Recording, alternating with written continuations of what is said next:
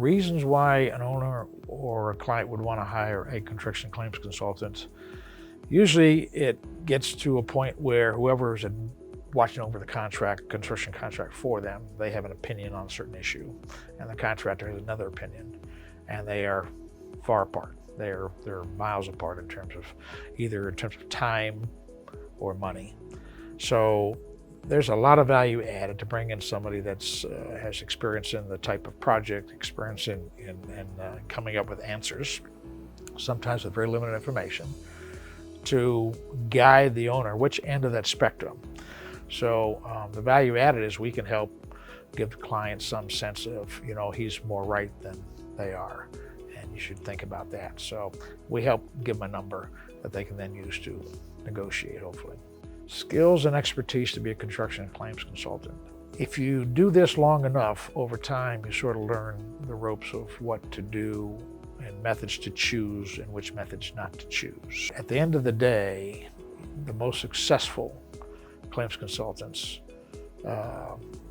use a method that makes sense for the circumstances, because it can vary significantly, but also is sensitive to the amount of time they have. It takes some soft skills as a claims consultant to try to set expectations correctly with owners when they're bringing in a technical expert to give opinions on some pretty sensitive and controversial issues sometimes.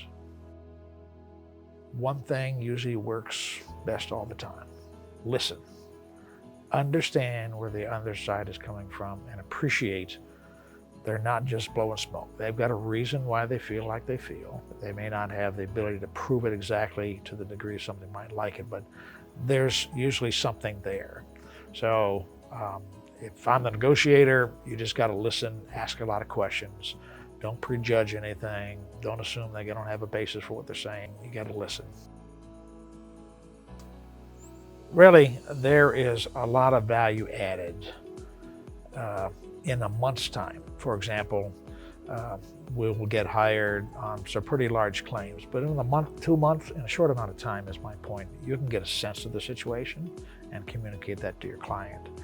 Usually it doesn't stop there. You have to do more analysis depending on where you're going. If you're going to litigation or arbitration, or you got to produce an expert report and have a basis for that kind of thing, that's a different kind of level of analysis than if you're just going to get a sense of the situation, you advise your client, and he's going to try to negotiate a settlement. So it depends on where you're going, but we will save our client more money than they'll pay in terms of how it all plays out at the end.